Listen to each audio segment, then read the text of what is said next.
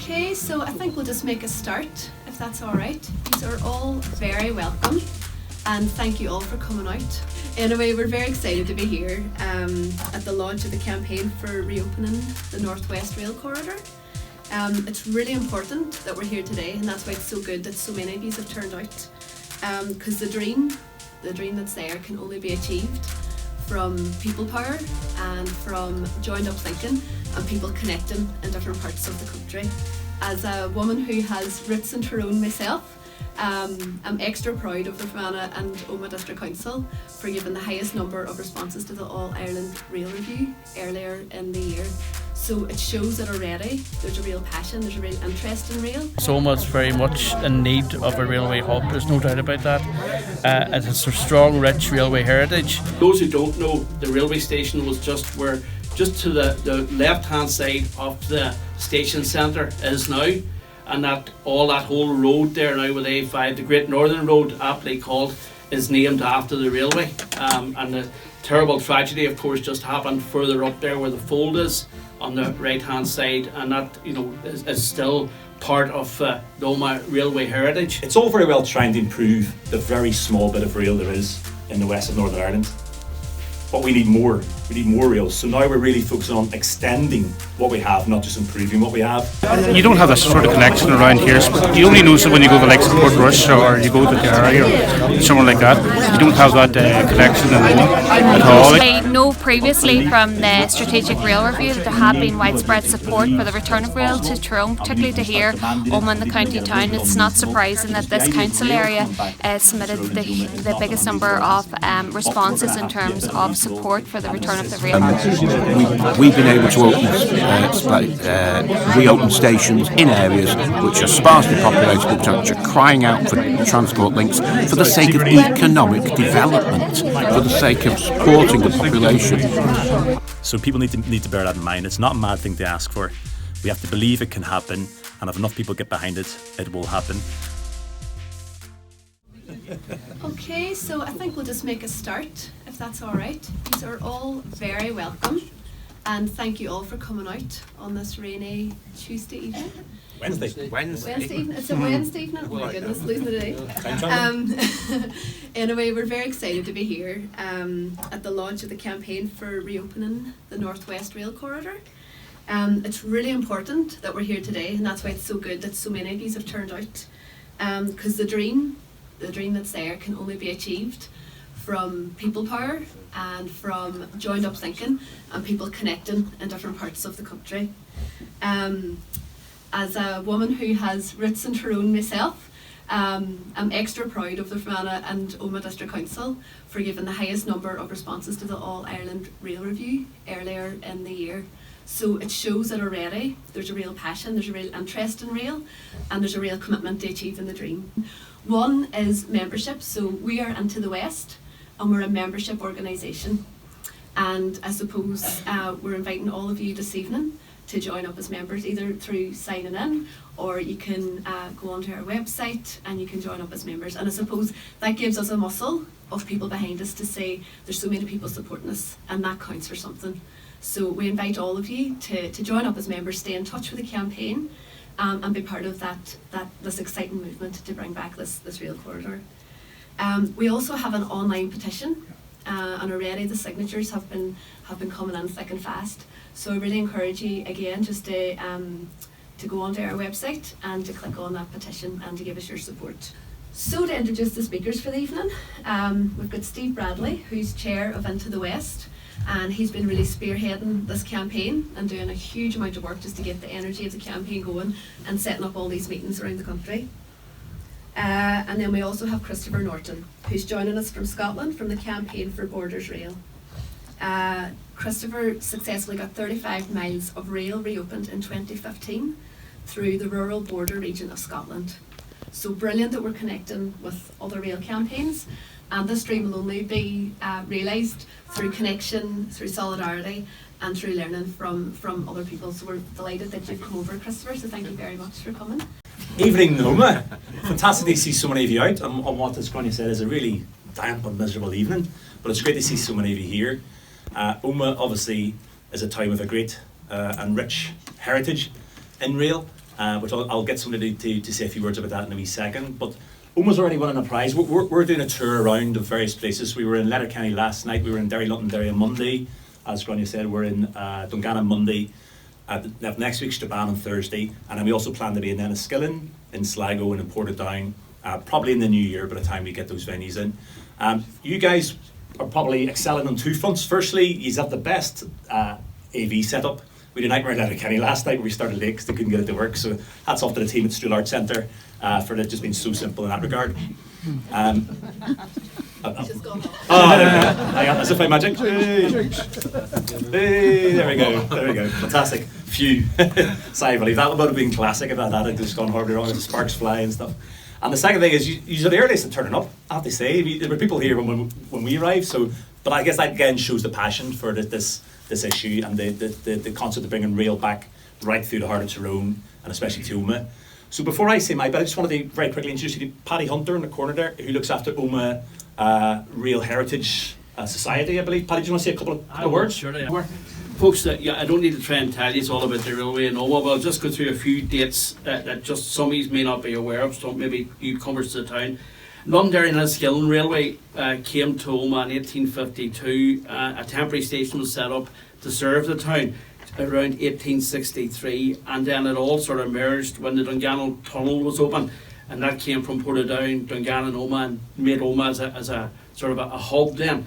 And after that, obviously, with Great Northern coming in, we had the Derry Road, which is a famous route, and that's what this route between the Northwest Corridor was called, the Derry Road. Really, it linked really Derry through Omagh, right through to Belfast, to Dublin, all over Ireland, and indeed connected across into Dundalk and the boats in Dublin and everything. So from people leaving here to go in the First World War, the Second World War, people emigrating, the hub of Omagh was key to everything in relation to railway.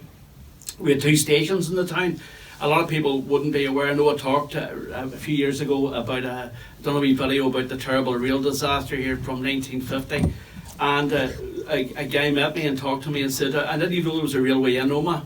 For those who don't know, the railway station was just to the left hand side of the station centre is now, and that whole road there now with A5, the Great Northern Road, aptly called, is named after the railway. And the terrible tragedy, of course, just happened further up there where the fold is on the right hand side, and that is still part of the Omagh railway heritage. I suppose the GNR, with its green livery, brought all the railway to the town, and so many people were involved. As I said, we had two stations. There was that one up there. There was one then where Dunn Stores is, and then of course some of the buildings still remain there or whatever. And my great grandfather actually was a carter for the railway, the Great Northern Railway, and he took a cart from one station to the other. Hence the word carter. He started off as a porter, but he was a carter, and went on to carry the coke between stations and bits and pieces of livery and things every day between the two stations. So there's a famous photograph of him still knocking around Omagh with him and his cart going down the main street. So going back a wee bit of railway heritage. We can't go on without remembering the likes of Pomeroy, 561 feet on the road to Dungannon, on the road to Belfast, as it was at that time, and obviously the stations in between, Carrickmore, Sixmay Cross, Berra, the names just flow. Some of the route still remains, you can still walk it. Very important to just identify it for yourselves, to know where it is. And I suppose the sad thing is that it did leave the town in 1965, and it's great to see people still enthused about railway. I know there's a man here at Campbell with us tonight, Tony McGartland, who's currently writing a book. So if anybody has any information about railway in the town, please go and talk to Tony, because he's doing a book at the moment, and it's going to sort of detail a lot of people that worked in the station. It was a hub. We want to see it a hub again, and I welcome Steve and Into the West to come here, and I'm certain we're all going to work together. I see Vincent there, Vincent Brogan, of course, from our Omagh Heritage Forum, Omagh Heritage Trust, and it's a new group started. So if you're interested in railway, if you're interested in heritage in the town, please contact us as well. But for now, Steve, really welcome you to Omagh, and really want to see a railway back in the town again, because it's such a vital aspect in this modern era, and it's it's so badly missed, it's unbelievable, and you only hear that when you talk to people. So it's great to see like-minded people here tonight. Steve, thank you very much. think that was really helpful to set the context of what you used to have here, because you know what you don't have anymore, and I think a lot of people, especially younger people, don't know what you did have. We're going to talk you through what hopefully you'll get back again in the future. So I'm going to take you through the proposal and the campaign to restore what we've branded as the Northwest Rail Corridor. I'll start off by just telling you who Into the West is, because we're a bit stronger further north, up in the northwest, but we began in 2004, and at that time there was a Stormont was down, and as sometimes happens when there's no ministers around, the civil servants get notions, if I'm honest with you. And one of the notions they had at the time was, geez, we have to spend a lot of money. See that railway line between Derry and Coleraine? We have to spend a lot of money fixing that up. Why don't we just close it? That would be cheaper. And in fact, why don't we just close it all the way west of Ballymena? It was actually west of Ballymena they were going to propose chopping it. And a number of people got together, including some staff, and had a campaign and said, look, this is just unacceptable. There's so little infrastructure in the west of Northern Ireland as it is. You can't take the last bit. And that, Tyrone would be even further away from seeing rail back again if that cut had happened. We certainly believe anyway. So in 2007, when ministers came back in, it was announced, no, that railway line will be saved. And then 4 years later, it was announced that a significant investment would be going into renewing that section of track between Derry and Coleraine, which was getting close to being grade expired, out of date basically, and had to be changed. Then after that, the group started focusing on, okay, well, what else can we improve in the existing railway line up there? And got an early service from Derry, London, Derry, Castlerock and Ballerina up to Belfast. And that's when that came in 2017, because it was one every 2 hours before. As soon as we got the early service, there was a 61% increase in passenger numbers in 2 years. And ever since then, demand for rail from Derry has been booming. At one stage, it was the fastest growing station for passenger numbers anywhere on the island. And it continues to outpace most of the rest of Northern Ireland. It's way back above its figures before COVID, whereas a lot of the rest of the stations in Northern Ireland are still catching up where they were. 2018, those of you who are familiar with Derry will know we got the new old station, beautiful old station designed by Lanyon, was brought back into use, and it has won a hatful of awards for heritage and community and everything else since, so great project. And then in 2020, we managed to persuade not the previous, but the previous infrastructure minister to do to fund some feasibility studies into stations to the east of Derry, because it is the most isolated station in the Northern Irish network. It's 21 miles from the next nearest station. That's a bit of background about where we began. We also do operational stuff, making sure problems with the trains are fine, and we also work with other rail campaign groups. There are others. There's Portadown Armagh Rail Society. There's groups in the west coast of Ireland, and there's obviously heritage groups as well. So that's a bit of background to where we began.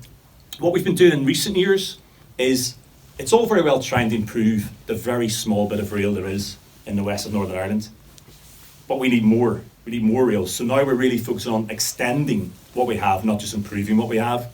So we've been looking at what we think are credible and viable proposals to reopen certain lines which go through both the West and Mid-Ulster. And in particular, the prize within that, I guess, is bringing rail back to counties Tyrone, Fermanagh and to Donegal. So I'm sure you've all seen this. This pops around in social media, but this should make your blood boil. This should make you angry. Regardless of why we got to where we are in this situation, and we know there was an era where trains were ripped out in various places and everything else, this is the 21st century. It is not acceptable to leave a corner of Northern Ireland, it's not acceptable to leave a corner of this island bereft of infrastructure. It just isn't in this day and age. And our mission is to try and do something about that. Now, if you're starting with this map, it's a blank canvas. So if you were to restore rail to, well, where should rail go back to? There were lots of railway lines, almost like rich veins all the way through this corner of the island. Some of those places probably will not see rail back again. Some will be strong contenders. I'll talk you through what our logic for where because we try and take a principle-based approach, because everybody wants the train to come back to the bottom of their street, because why wouldn't we? Some places have a chance of that, some don't, if we're honest. I'll explain to you our logic for how we try and prioritise what we think are viable reopenings. You may agree with that, you may disagree. That's fine. We can have a debate about that. Join us as a member if you don't agree with us and change our approach and policy.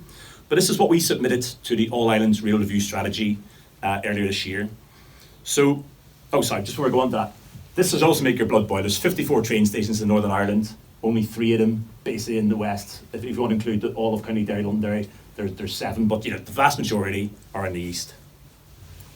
This is our principle-based approach to the rail reopenings. So we think you should start with the presumption that anywhere with a population over 10,000 should have rail. 10,000 is what's classed as a medium-sized town in Northern Ireland. Once you get over 18,000, you're classed as a large town, so Omagh is classed as a large town. Within that doesn't mean everywhere with 10,000 would get rail back, and it doesn't mean that places below that definitely won't get rail back. So there's going to be some exceptions. So you could be, apologies to anybody who's from Downpatrick or loves the place, but it's kind of isolated in the bottom corner of County Down. The only way you get rail back to there would be as a sort of isolated spur line.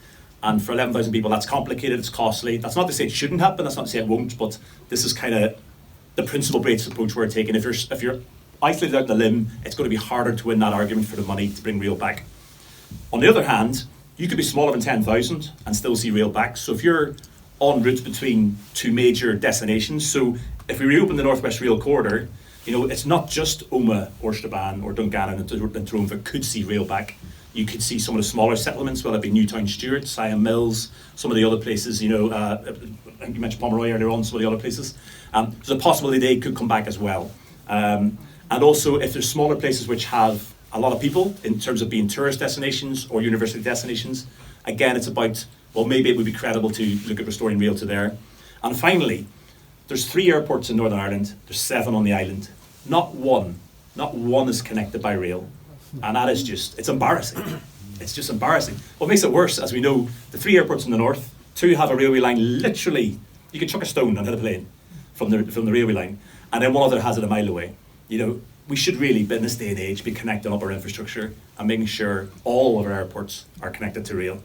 So that's kind of how we approached all of this. So if you start from that basis, 10,000 plus, where does that lead you to? So this is a map of where there's 25 towns classed as medium or large, or cities in Northern Ireland, 25 over 10,000.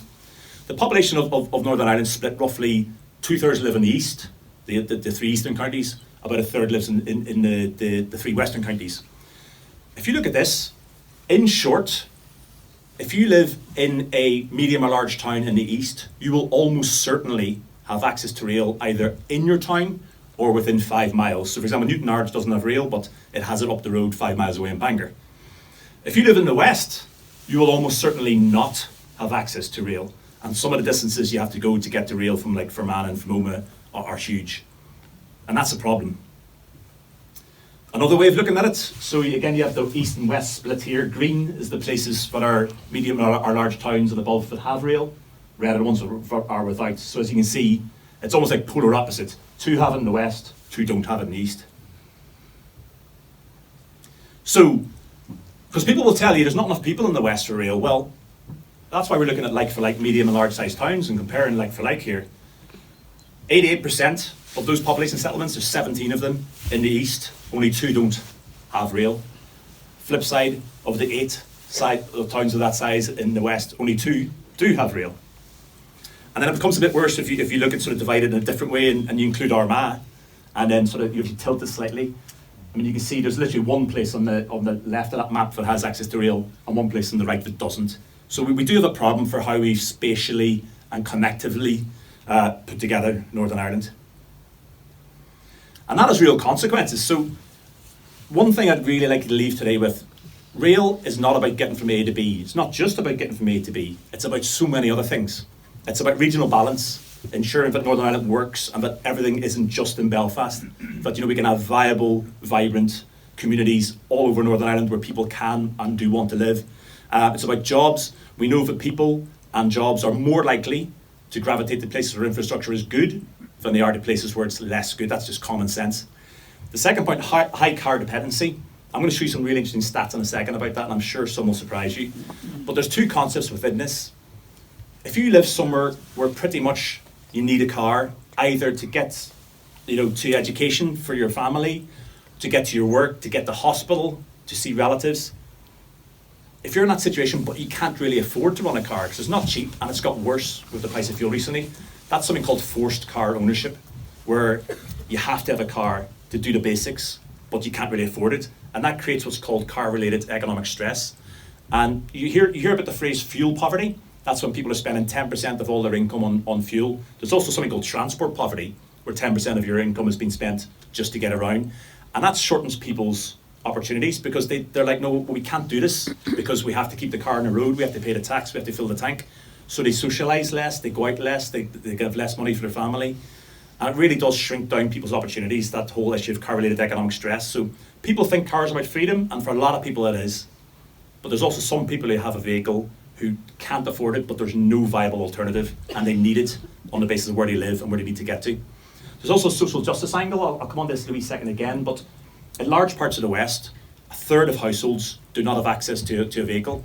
Now, that doesn't just mean that they don't have a vehicle, that means they don't have access to one through work, through family, through neighbours and friends either. And that's a problem. Like 1 in 3 households in many of these places do not have a car. Yet we do Northern Ireland about cars, basically. And then also people who have disability issues or mobility issues as well. You know, good quality public transport is basically a right for them in terms of being able to get around, but we don't have that. And we know that the public transport we do have is pretty sketchy and it's pretty poor. The buses aren't great, there's not enough of them, and rail isn't there as a viable alternative. This is a really interesting statistic. This is the places with the 5 lowest car ownership in Northern Ireland, and I'm sure you'll recognise some names on there. Fermanagh, just south of here, small little village, 4 out of every 10 households, getting towards half of every household there, does not have access to a vehicle. It must be extremely difficult for people in Fermanagh to get around. Belfast you'd expect to have low car ownership because it's a large urban area. It has a really functioning transport network. It could be improved, but it works. Derry as well has a decent transport network to some degree, big gaps as well, but very often people, you can live in the middle of a city and walk to work and and live without a car. But Newtown Stewart, Donegal, how do you live in those places if you don't have a vehicle? How do you get connected into everything you need, services, public services, facilities and everything else? And don't forget, these places, the ones in green have rail, the ones in red don't, but they did have it up until recently, or up until the 60s. I won't go into this much more because I've spoken a lot about this, but we talk about there being 7 benefits of rail beyond just transport, and it is the social justice angle I mentioned there.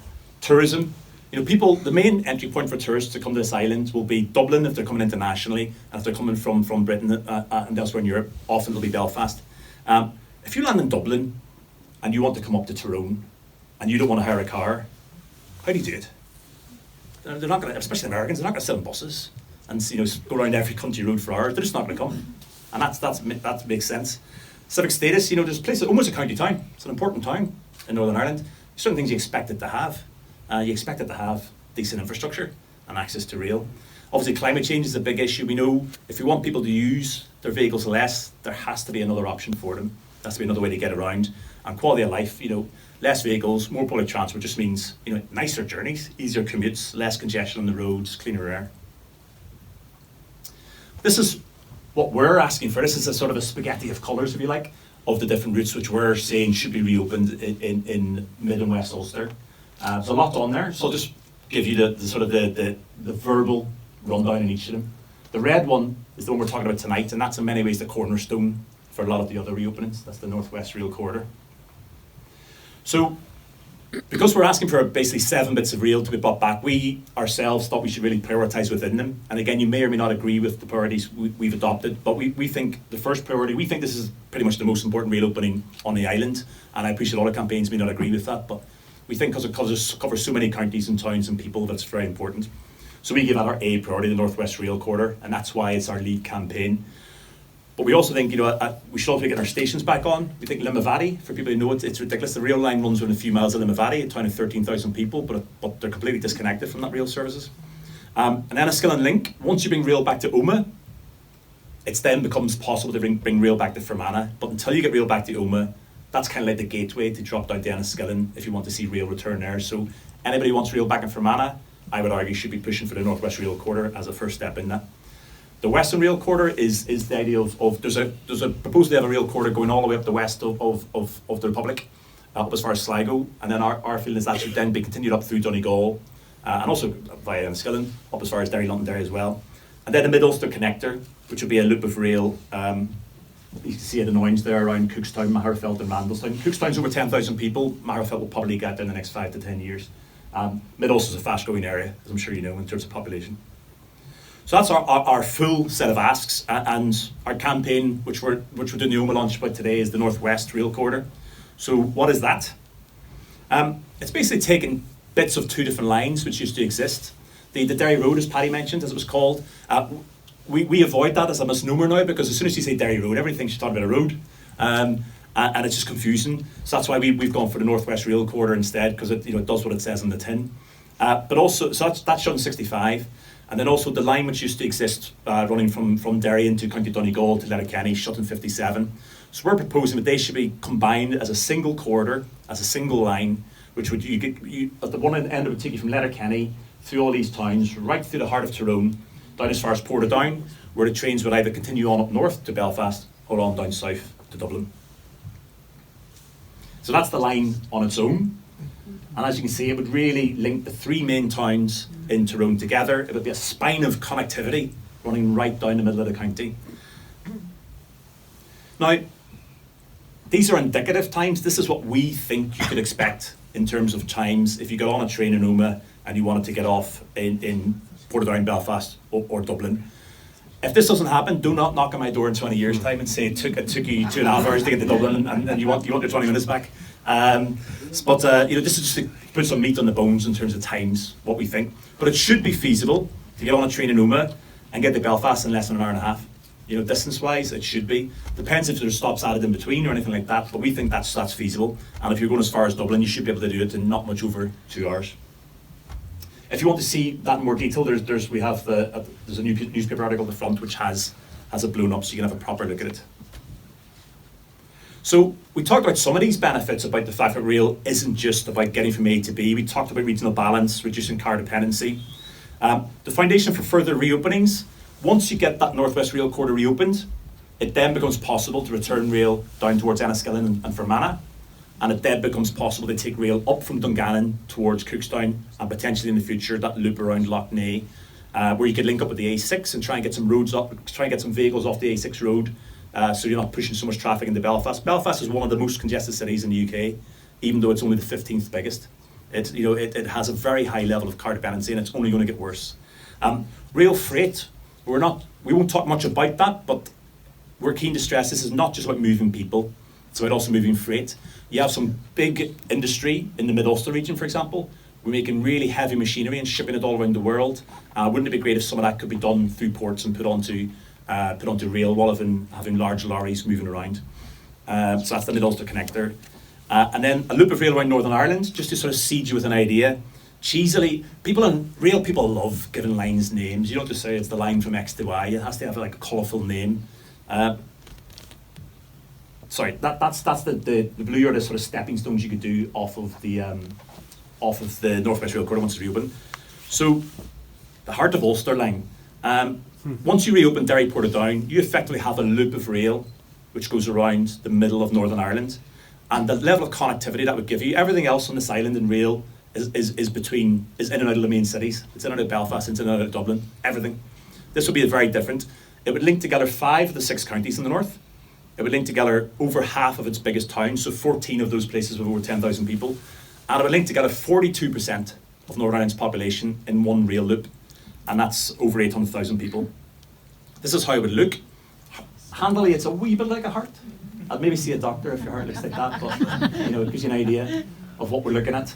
And how fantastic would it be to be able to get from Omagh to Limavady without having to go into Belfast and back out again? Because that's the only way the transport works in Northern Ireland at the moment.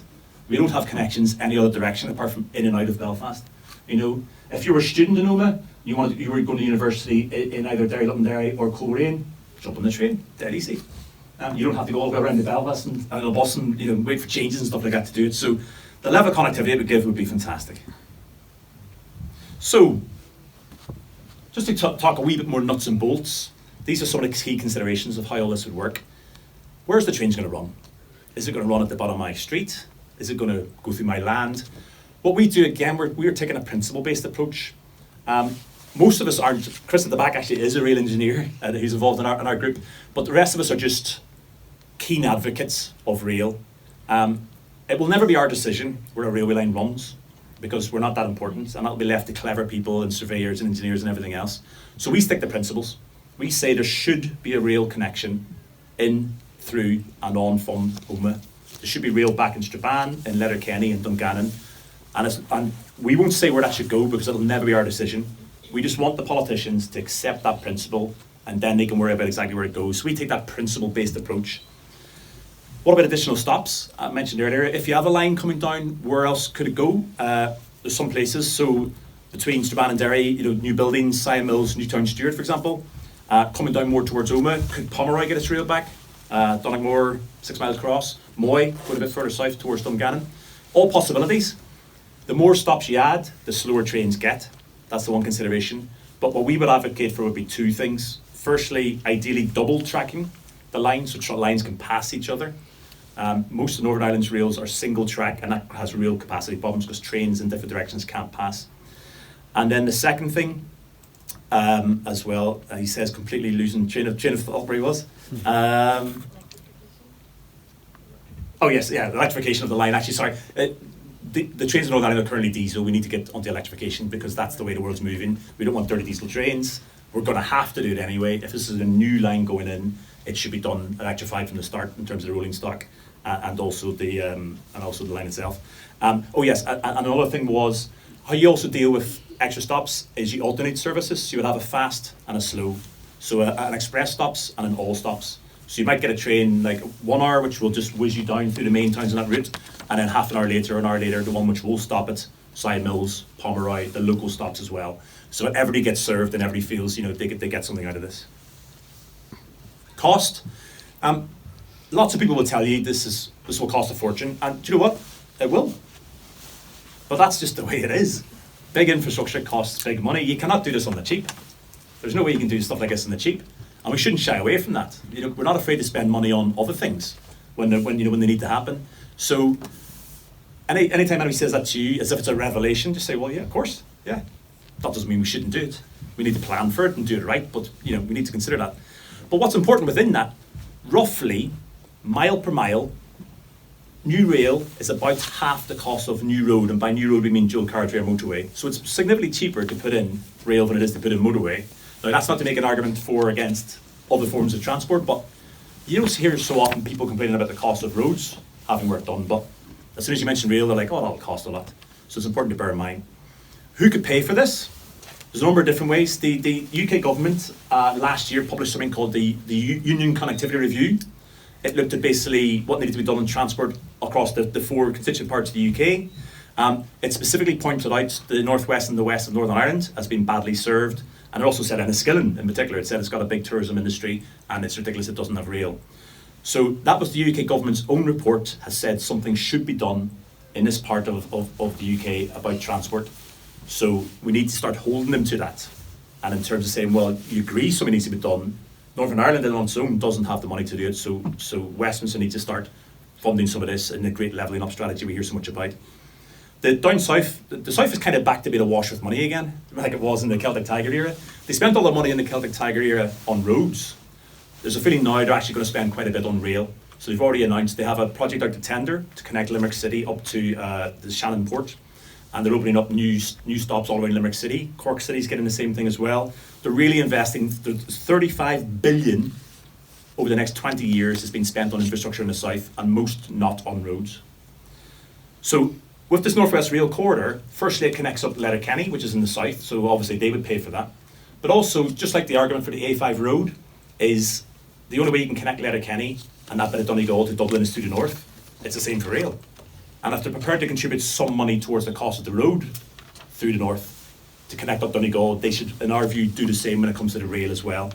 The good thing about the south as well is they're in the EU, and that part of the south has been downclassed. It's now no longer considered a developed region. It's called in transition, which is embarrassing for the south. First time in 20 years the Republic is not entirely considered a developed nation. The upside is it means there's more money available. They get structural funds, European Regional Development Funds money is now available for infrastructure in that whole Donegal and Western area, which wouldn't have been up until 2 years ago. So there's a chance for money from there. And Stormont doesn't have enough money to do this sort of thing on its own. But one thing we would really say should happen north and south, in Britain, after the Union Connectivity Review, they set up a Restoring Your Railway Fund, And that's a pot of money that any community, any council can say, we have a railway line we think should be reopened. And that fund will give them £50,000 for a feasibility study as the first step at looking about bringing that back in. We have nothing similar, north or south, on this island. And Northern Ireland is the only part of Britain or Ireland that has yet to open a single closed railway line this century. They've done it everywhere else in this corner of Europe, not Northern Ireland. So we would say Stormont should be putting some money into such a fund. And £50,000 is very, very small money, as we know in Northern Ireland, to get the ball rolling on projects like the North West Rail Corridor, bringing rail back to Omagh, that sort of thing. What's the next steps in terms of moving all this forwards? So it was mentioned previously about the All Island Rail Review. The good news, as Grania mentioned at the beginning, is the highest numbers of submissions. So Fermanagh Omagh is the smallest council in Northern Ireland, 114,000 people. There's some councils on this island. Dublin City Council is about 800,000 people. Belfast, 1/3 Cork is about 300,000 as well. Yeah, there was Fermanagh Omagh, which had the highest number of contributions to the All Island Rail Review. And I doubt they were saying, don't give us rail. I'm sure they were all banging the drum and saying, please bring rail back to Derry. You should be proud of that. You guys should be really proud of that. And that message has been heard and has been understood. The Taoiseach mentioned it in Parliament in the Republic that the North West had the highest emissions, because after Fermanagh Omagh, second highest, Derry Strabane. I know, and we're glad because we made a big job trying to get people to submit to this, but it shows the passion, shows the interest, and that's going to be very hard for politicians to ignore, because it will be in black and white in that report that this is the area, this is where the gap is, and this is where the public demand is. The slight complexity is we don't have a minister at the moment, and it will be very difficult, if not impossible, to release that report until it's signed off by a minister north and south. So it probably will be sometime in the new year when that comes out, but we hope when it does come out, it will have something positive to say about the case for returning rail to this entire western part of Northern Ireland. I mentioned feasibility studies. That's the first stage in getting the boulder rolling down the hill. There's no way around it. You have to do a feasibility study. That leads on to business cases. That's how public money is spent. But we would argue the sooner that process begins, the sooner we know things like where the routes could possibly be, how much it would cost exactly, and it just moves down that conveyor belt towards becoming a live, happening project. And this last point's really key. We've met with pretty much all the councils in this area. We've met with Fermanagh Omagh, we met with the Chief Executive, we met with Ulster, we presented to the Development Committee, we've met quite a few times with Derry Strabane, we've met with Donegal County Council. They're all very supportive. They all agree, yes, it's not acceptable and we should have rail coming back. But then nothing really happens. What we say is we're a ragtag bunch of amateurs, frankly. Again, not Chris. We're just keen to see transport improved in this part of the world. We don't have the status, we don't have the funding, and we don't have the ability and the access that councils do. If you go to England, councils in England are banging down doors demanding rail return to certain towns in their area, and we don't see that in the north, and that needs to change. We really do need a leadership role from our councils where they should be. It shouldn't be left to us. We should be providing the foot soldiers to back them up, but they should be the ones banging down the doors and saying we need rail to come back to our area, and that's really, really important that does happen. So how can you help? We've a list of 7 ways. It's probably too many, but I'll run you through them. First thing, and this is really important, believe. Please believe that rail can come back to Tyrone, because lots of people are going to tell you that'll never happen. That's a ridiculous idea. You're spending on something, spend on the road, spend on something else. You do need to believe that this is feasible, and that's why it's so important to have people like Chris from a campaign which can show in his part of Scotland, if they can reopen railway lines successfully, and it'd be a massive, massive success, why can we not do it over here? But please believe. Secondly, mainstream the idea, just talk about this. Family, friends, work colleagues, just start talking about this. Get this into the main discourse so that the idea of rail returning back here starts to become demanded and just seen as, yeah, of course it should come back here. Why shouldn't it come back here? And we just really use that soft power, people if everybody in here spoke to somebody, 10 people about rail after this meeting, that would be approaching probably halfway to 500 people who would be, engaged on this whole issue. So use that power. At the very start, Grania mentioned we have a petition online. Our website is intothewest.org.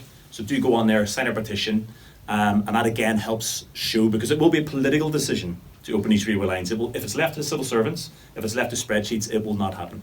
It has to be made a political priority, and we need public pressure to enable that to happen. Do consider joining us. You can join if you're an adult, it's £10. If you're unwaged, senior citizen or student, it's £5. We're spending about £2,000, £2,500 in this campaign in terms of hiring venues, speaker costs, producing material. We're making videos, we're making animations to really bring this to life, because we really want to do this right and we want to keep it going for a long time. But that costs money. To do a campaign right costs money. If you like what we're saying, if you like what we're doing, chuck a couple of quid in the box on your way out, or do consider joining us. There's details on the back there. Use media. The Belfast Telegraph, I won't give you the numbers, but the Belfast Telegraph got in touch because they did the story last Friday, and they said tens of thousands of people read our story about bringing the Northwest Rail Corridor back, and they were surprised. Because to be honest, the Belfast media don't know this is a big issue over here. They just don't get that. But it's good that they got that and they're starting to listen. So what they said is they want to do a 2-page spread on extending rail across Northern Ireland, and it shows that they get that now. The Irish News ran with it as well. I haven't heard the figures from them, but use media, click on every story you see about this. They watch this stuff. They do. They count this stuff. It's important. And any websites as well. Just get engaged and all that sort of stuff. And eventually we'll get through to people in Belfast. But this is a big issue in the West. They should have seen when all the contributions went into the All Ireland Rail Review. But anyway, make it an electoral issue. We would say vote for rail. Candidates, parties who are keen to bring rail back to your area. Talk to them about it if they knock on your doorstep. And vote for people who are serious about it. And tell your councillors, tell your MLAs, tell your MPs this is an issue and you want to see something done about it, but you will keep on their case until it is.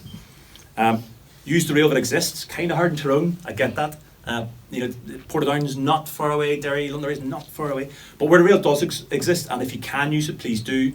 But support improvements elsewhere. There's a campaign to bring rail back to Armagh. We support that 100%. We don't see this as being us versus them competing in a bun fight.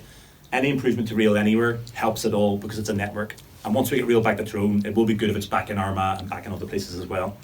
So that's 6. So the last point I would say is basically just to summarise in a quote from George Bernard Shaw. The reasonable person adopts themselves to the world. The unreasonable person persists in trying to change it. Therefore, all progress depends upon the unreasonable person. George Bernard Shaw. So that's our 7th point. Be unreasonable for rail, because what we're asking for is not unreasonable. We're asking for a basic level of infrastructure that everywhere else takes for granted, either on this island, elsewhere in the UK or elsewhere in Europe. It's really not a mad request. But we might have to be quite unreasonable in continually insisting that it happens. So if somebody says to you, no, you can't have it, sorry, think again. All right, you can have a road, but you can't have rail, sorry, think again. All right, you can maybe have, we'll connect you down, Omagh to Donegal, but you're not going to get anything else. Sorry, think again. We're going to have to insist on this because the request is not unreasonable, but we might have to be a wee bit unreasonable until it happens. And this is the prize, this sort of spaghetti at different lines with the Northwest Rail Corridor in the middle in red. That's what we're aiming for. And if this did happen, the map I showed you earlier with the gap in the map as we talk about it, I mean, that looks so much better, doesn't it, on the right, with the red bits filled in. Apologies to anybody who's from or has family and friends in Cavan and Monaghan. It's not our patch. We would support rail being extended there, that's why there's a little gap there. But my God, that is a very, very different looking map. If we could make that, even if half of that happened, this would be a much better part of the world. And you guys have a huge role to play in that. But again, please be unreasonable for rail. Thank you for your support, thank you for your time, and I will hand you over to Chris from the Campaign for Border Rail, who will tell you how they did it. Also a little bit unreasonable as well. But yeah, thank you very much for your time, everybody. Good evening, ladies and gentlemen. Finally, my name is Christopher Norton, and it's a great pleasure to have been invited to speak to you here in Omagh this evening to address you on the subject of the Borders Railway and to give a little of our history and how we achieved what we regard as a partial reopening back in 2015 of the first 33 miles of our line and our vision for the future. But before I do that, one of the things that we've done very recently was we got a little bit fed up of just waiting for money to come about and studies to happen. And although some money's been approved now, and it's sitting there in something called the Borderlands deal, it hasn't yet been released. So we decided ourselves to commission a small-scale study, and this company, Arcadis, presented to our annual general meeting some initial thoughts. I'm just going to take some snippets of that before I do my main presentation. I won't show you all of it, it's a bit technical, but you'd understand it. Yeah. Okay. So, they've set certain aims, which you can see there, to demonstrate the need for a borders main line. And you can see that they're introducing there, for example, the implications with the expansion of HS2 eventually on the West Coast main line, that means. They're talking about additional rail capacity and how that helps, the growth in cross-border freight, and the expansion of the rail network to serve new markets and locations. Then you need to look at a second aim to prepare a workable outline concept for a new borders main line, and it goes into the details. But what I wanted to show you was this, not this. I'm clicking through this because I don't know how to miss them out. Oh, here we go, ready. Right. Okay, so we've got some strategic objectives, and these would what you would need to have. That rail makes things stronger. It boosts the economic success of a region. It provides a foundation for strong, sustainable, green and inclusive growth. That it's fairer. It provides efficient, effective, accessible public transport to broaden opportunities. You heard a lot of this in what Steve was saying. It fosters greater social cohesion and positively encourages modal shifts to sustainable transport. And thirdly, it's faster. It provides valuable additional capacity for passengers and freight to ease congestion, improve resilience, enhance local, regional, national and international connectivity. Now, realistically, that's all of that I just want to share with you. There's far more to it, of course, but now I'm going to go on to what we would have started with originally. Okay. Well, as I say, I'm the treasurer of the Campaign for Borders Rail, and we are a rail reopening pressure group. We're not a load of rail enthusiasts.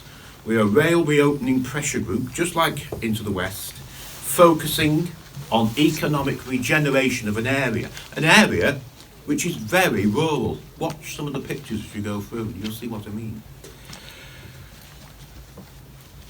It's sparsely populated, but which is suitable for economic regeneration and all the consequences that brings with it. Now, that northern part of the line, successfully reopened in 2015, is within a maximum 1 hour commuting time of Edinburgh.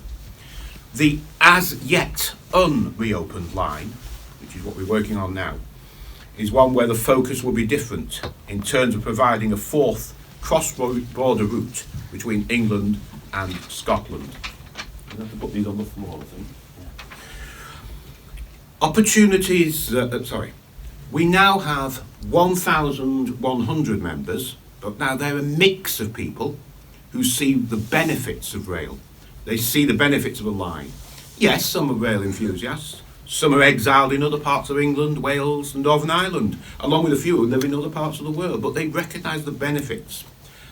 And since its formation in 1998, the Campaign for Borders Rail has played a key role in securing over £300 million worth of investment to reopen that link, those 33 miles that we referred to earlier. So I'm going to start. Do you like a story? Do you like stories? Well, this little bit at the beginning is a story, so they say. It begins in a little village in a place called Newcastleton. And it's in a very remote part of Scotland's border country, just 3 miles from the English border. And it's now just after midnight. It is in a minute, there we are. Just after midnight on a cold January night. And a sleeping car express is travelling from Edinburgh to London, and it's drawn to a halt at the station. But standing ahead, just ahead, is a pilot locomotive, but the gates of the level crossing have been closed. Chained shut by persons unknown. Well, the traffic inspector steps forward and he bursts the padlock. Oh, it's awkward. He bursts the padlock, and with a sickening crunch the gate mechanism fails and the gates remain closed. But the crowd grows and the Land Rover's pushed into the crossing, etc. And in desperation, the inspector orders the driver of the locomotive to drive at the gates and the crowd to clear the way. He refuses. At this point, the local constabulary arrive, and they're powerless to act, but eventually reinforcements come. The ringleader is none other than the local Church of Scotland minister, and he's asked to disperse the crowd, and instead he urges the people to stand firm, whereupon he's led away by the police. Now, you may have guessed that this extraordinary idea of civil disobedience and law-breaking has been provoked by the closure of the railway. But before we go further into the significance of those events, let me first show you where they took place and explain a little of their relevance to the subject of this talk. The railway in question is what's called the Waverley route, and it ran from Edinburgh to Carlisle through that rugged border country. Now then, it got its name from the novels of Sir Walter Scott. He was a popular early 19th century author of historical fiction. And this was his little house that he lived in. It's Abbotsford House near Tweebank, set largely in a region through which the line passed. Again, look at the topography. For over a century, it served the towns of Hoyk and Galashiels and their thriving textile industries. And it offered daily and nightly trains to London and provided direct services to Edinburgh, to Leeds, to the Midlands. Now, like so many other lines, its demise came about after the 1963 Beeching report, which concluded that three main Anglo-Scottish routes was one too many, and proposed to concentrate all the traffic on one route, the West Coast route, which had only one intermediate stop in a town of 9,000, Lockerbie. Closure was initially proposed for 1967, but then deferred. Rather late in the day, because few thought it would really happen. But a protest movement got underway, led by a Hoyk housewife, Madge Elliott, and her petition of signatures was personally delivered to number 10, Downing Street, on the 18th of December in 1968. However, it was to no avail, and the closure was confirmed. And so it came about that that last train came to traverse the entire route. Emotions were running high that night, and there had already been some noisy demonstrations, and at the latter, as you can see, a coffin bearing the words Waverley Line, born in 1849, killed in 1969, aged 120 years, was taken on board as a parcel consignment addressed to the Minister of Transport in London. So, here it is. Going back to the beginning of the story, how was the standoff at the level crossing resolved? Well, it so happened that we got a politician involved. It was actually a young Borders MP, then David Steele, now Lord Steele, and he was travelling back to London from his constituency after the Christmas recess. He was sought out by the rail staff at Newcastleton and asked to help negotiate a solution.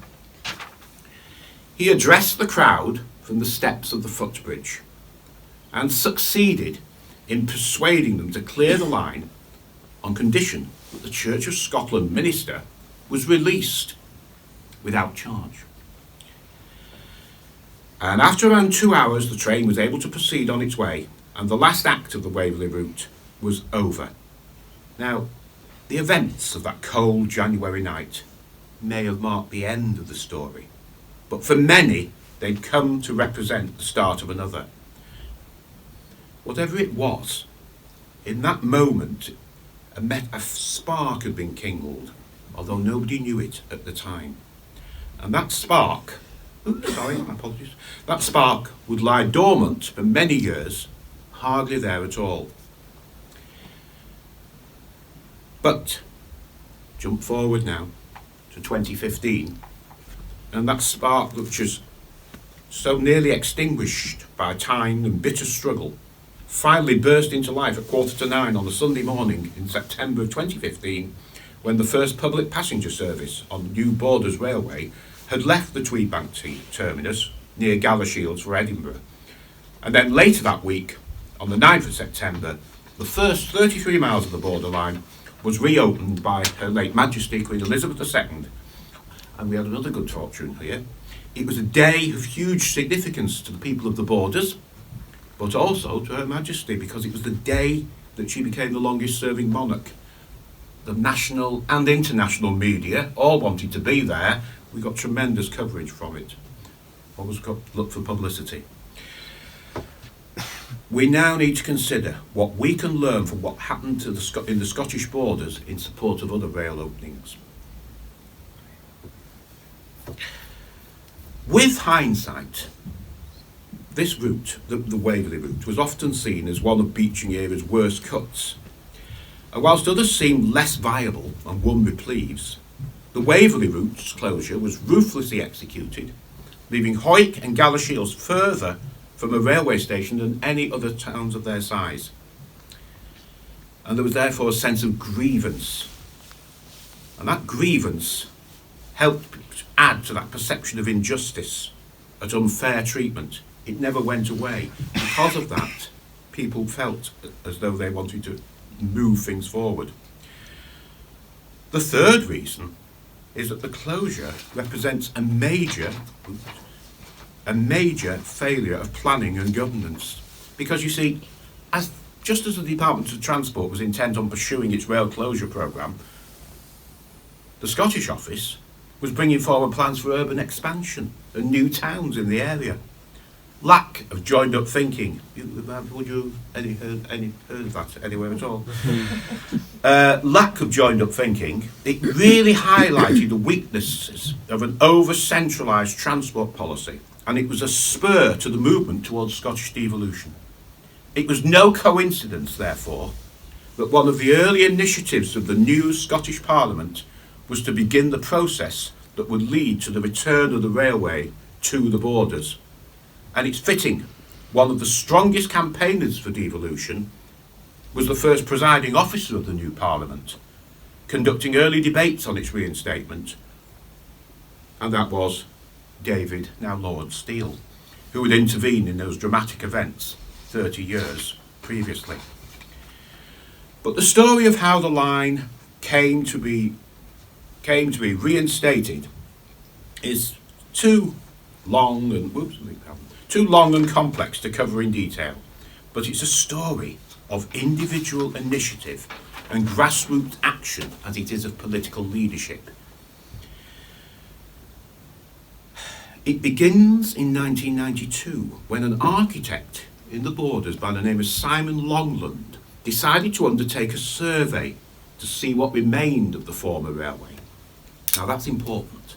You need to see what remains of your former railway, and you need to seek out about making sure that the route is protected. There is legislation that allows for that on the UK side of things. Longland regarded the disused infrastructure as a potentially valuable strategic asset. He felt it was important to establish that what value might be before decisions were taken that could effectively destroy it. And from this was born the first Borders Rail reinstatement campaign. Our immediate aim then was to secure planning protection for the remaining track bed. And to be honest, it could be said, quite justifiably, that we were actually making a bit of a nuisance of ourselves. Yes, we were. We were.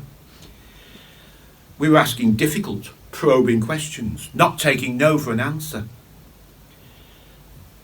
But the key was making sure we had a clear, achievable aim. Well, aims, but short-term aim was, as well as broader aims. But this was in the era in Britain of rail privatisation. So it was decided that the best way forward to deliver the rail reinstatement to the borders was through a private initiative. And a new company, Borders Transport Futures, was formed and set about raising finance to fund 2 feasibility studies. The South Borders link, which was going to be a basic freight railway from Longtown, just north of the Carlisle, to the Kielder Forest, and the North Borders route, which will be a commuter railway from Edinburgh to Galashiels. Now, it was hoped that these two schemes would in time form the building blocks for a reinstated through route, which is where we are now. The principle of starting at both ends. Now, at the same time, in the late 1990s, a series of major factory closures hit the borders, resulting in the loss of hundreds of skilled jobs. This compounded years of gradual decline. The government needed to find a way. There was a political imperative then to find a way of boosting the region's ailing economy, not dissimilar. Poor transport links were identified as a key weakness. The northern part of the Borders railway scheme seemed to offer a way forward. Further feasibility work was commissioned. Now, some significant events then took place. Firstly, the new Scottish Parliament was established and had devolved powers over transport policy. Very useful. It sat for the first time in 1999. Secondly, the Borders Rail campaign was established, the campaign for Borders Rail was established in 1998. Now, we were a non-political community group designed to amplify focused grassroots support for a reinstatement of the rail link to the borders. We quickly built up a strong membership base, and importantly, a broad selection of the community was represented. We weren't just railway enthusiasts. That just doesn't work. People think, oh, they're a load of nutters.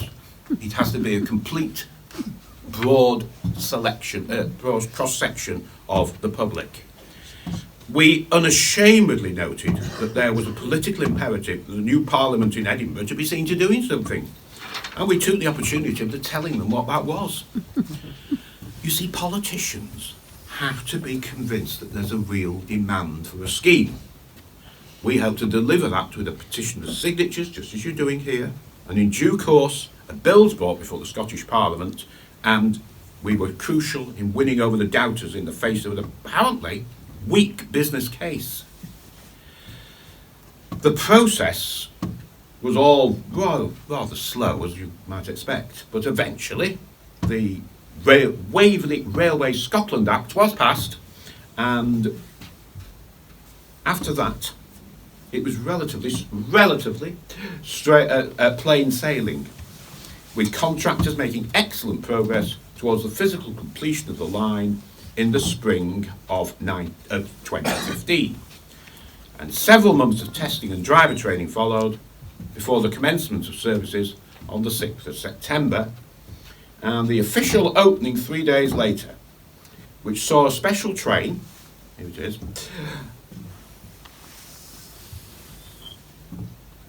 arrive at Tweedbank, where the Queen then, as you saw there, opened the line. So, what can we learn from this? Well, firstly, rail reopenings are essentially political decisions. Secondly, flawed forecasting methodology is resulting in viable projects being rejected. In the case of the Borders Railway, usage forecasts for 3 stations, Tweedbank, Galashiels and Stow, population 800, were ludicrously pessimistic.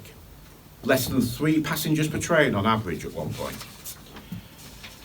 But thirdly, the popularity of the Borders Railway, despite all the problems, demonstrates that there's a strong latent demand for rail services in areas with dispersed rural populations. We feel that the Borders Railway was a great example to rail campaigners elsewhere, but it's important to highlight the reasons why this is so. Campaigns need to be presented in terms of the economic, the social and the environmental benefits, but also the idea of fairness is particularly powerful in winning over political support to the cause, because most politicians really like to be seen to be fair. No, to be seen, to be fair. After all, is that our mission accomplished at the Campaign for Borders Rail? Well, no, not at all. You heard reference earlier from Steve to the Prime Minister's Union Connectivity Review, and we had that was a good report from our point of view, but money's gone in through something called the Borders deal, and as a result of that has been approved, except it's now waiting to be distributed. So I mentioned earlier that we began our own feasibility study, even though £5 million is waiting to be spent on a more detailed one. But we have secured that. We worked hard to reinvigorate our campaign, to capitalise on the upsurge of interest around the reopening. As a pointer, we were particularly successful in using a Royal Mail flyer campaign targeting certain postcodes, and that got us quite a number of members. So, but firstly, we lobbied for improvements to the existing railway that made the service more reliable. Secondly, we've now, as I say, secured a full feasibility study into that rail extension. Now, the way forward, as I say, key strategies we would like to suggest. Broad section of the community needs to be represented. I know I'm repeating some of this, it's important to do so. Represented, not just rail enthusiasts. We see it as important that we have members on the committee who have particular skills and that they can bring to the cause and or connections that they can make with influencers. There's the vitally important political dimension, and then campaigns need to be presented in terms of economic, social and environmental benefits. So the idea of fairness, particularly powerful in winning over support. Railway openings, as I say, are essentially political decisions. It helps if there's a strong business case, but other factors are equally important. In our case, politicians were convinced by the argument that an entire region, as here, was being unfairly disadvantaged without a rail link. But, and this is vitally important, please ensure, and it's difficult here, coming here to say this, but ensure that you cannot be perceived as taking a political stance. You will have to work with those of all persuasions. Now, when I told people I was going to say this, and they said, you can't go there and say that, well, I'll do it. It's still true, no matter where it is. You will have to work with those of all persuasions. Our contacts changed substantially after the 2019 general election. A number of the MPs in the Borders region and in Carlisle are now in government, and one's a minister in the Scottish office. But yet we continue our positive discussions with members of the Scottish Parliament in the Scottish Government who are mostly SNP members, and we get on fine. So thank you very much. Oh, I've got this to the wrong one. What it says at the bottom here. Thank you for inviting me to speak to you this evening in this beautiful part of Northern Ireland. And it really has been a pleasure to be here tonight. Thank you very much. Thank you very much, Chris. We were really keen to bring Chris over because they've succeeded, and what's really important is the area that Chris has managed to get the first 33 miles rail opened, and they're now campaigning for the second leg of that. The first leg, it's the largest town that they got rail back to is smaller than the smallest town we're trying to bring rail back to. The largest town on their route is Galashiel. You saw it's amazing interchange up there. That's a town of 10,000 people. That's at Cookstown. And it has rail and it has that interchange. The smallest town we're proposing our route is Strabane at 13,000. Then you've got Omagh at 20,000, Letterkenny at 20,000, and obviously you're connecting, Derry on there is a big city, and Portadown round to Belfast, down to Dublin. So if they can do that in the rural border regions of Scotland, why can we not do it in our less rural border region of Ireland? Sorry. And we also had another station which wasn't in the original plan, and it's called Stow, but it's spelled S-T-O-W, just to confuse people. Confuse the radio station this afternoon. And that has a population of 800. we managed to persuade them that they really did need to have a station there in that village, which is, so it can be done. Yeah. So much of this is about belief, because if you don't believe in it, the pressure isn't applied to the politicians. And if that pressure isn't applied to the politicians, this will not happen. And nobody's going to do this for this region, apart from the people in this region. Belfast is going to wake up one day and go, geez, maybe we should get Tyrone something. That's not going to happen. I'm sorry, it's just not going to happen. You know that better than I do. So we need to make it happen ourselves. And importantly, let's not leave it to the next generation. There's been 2 generations in Tyrone left without rail. Don't leave it to your children, to your grandkids. Don't leave it to another generation, because it'll probably take, if they decided tomorrow to do this, you'd be lucky if you're on a train in 10 years' time. It takes that long to get ahead with, everything and get it boots on the ground and sleepers laid. So the sooner we start, and the sooner we win that case, the sooner it's likely to happen. But that's really important. Do not leave this to the next generation. They won't forgive you, and we certainly don't want them leaving it to the one after and the one after that. So brilliant to hear the perspective there, Chris. If anybody's got any questions to either myself or Chris or both, please fire out, gentlemen. Yeah, just a question there. When the route was originally abandoned, did you have any issues with any subsequent development on the route, and how did you overcome that? Right, yes. When it was originally abandoned, when it was originally abandoned, of course, not a lot did happen, but then there is legislation in place. Yes, so there were some problems, yes, I'll admit that. And there are some further problems ahead for us. Legislation that means that local authorities need to be encouraged, pushed into, or whatever, making sure that in their development plans they ensure that the route of a possible rail reopening, as in where it was a previous line or where it's likely to be able to go round to something new, is protected. And there's legislation down to make sure that the route is, as far as possible, is protected for a certain number of years. That's what we've been able to do. But I mean, if you took that right back in, back in say the 1970s when nothing was happening, well, no, things were being put in the wrong places then.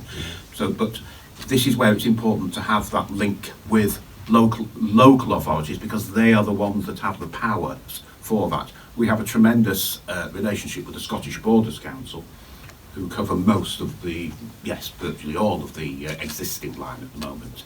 But of course, we've also built relationships with other councils that the further extended line will go through.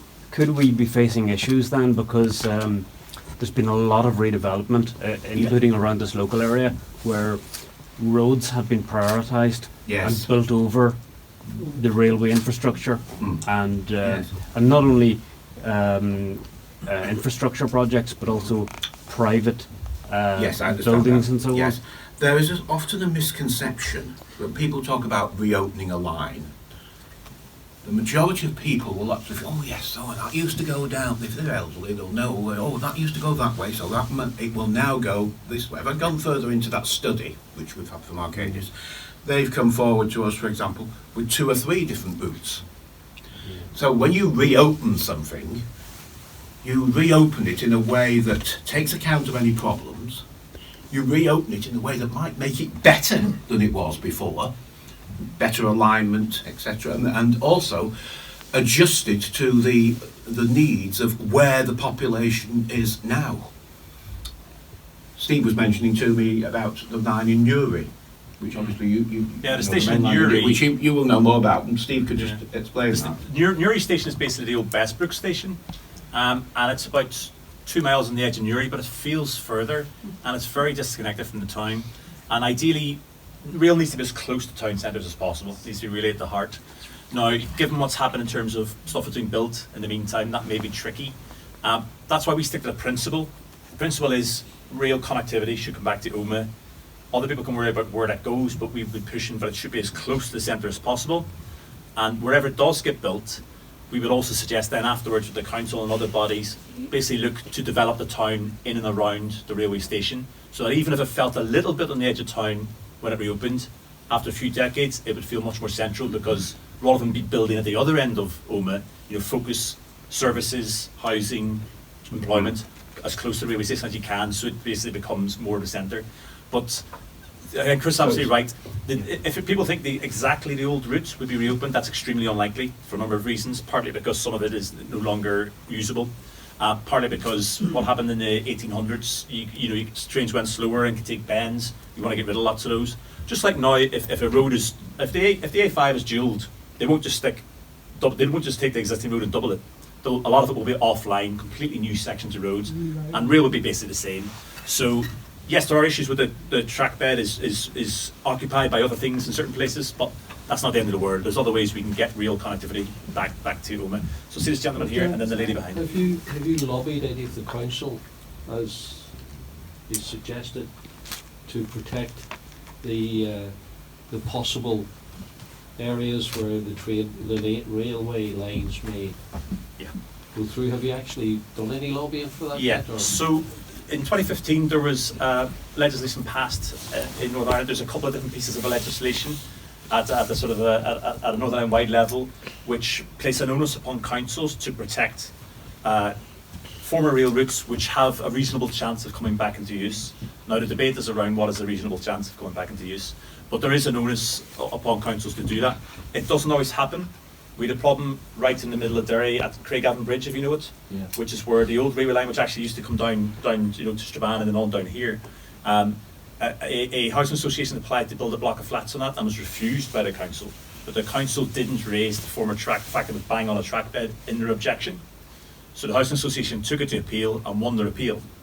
If it had been mentioned in that process that it was on a former rail track bed, it would have been killed in an instance, because there's NI-wide policy against that. So we've had to get the council to say you need to amend your development plan to what's called sterilise former track beds, just to leave that open. They may not need to be used in future, in which case they can be used for something else. But the last thing you want is to start closing doors on possibilities for rail to return to certain areas by allowing piecemeal bits of things to be built on them, because we need to make it as easy for ourselves for it to come back as we possibly can. So is our local council actually that in progress, or have they actually looked at that from the legislation in 2015?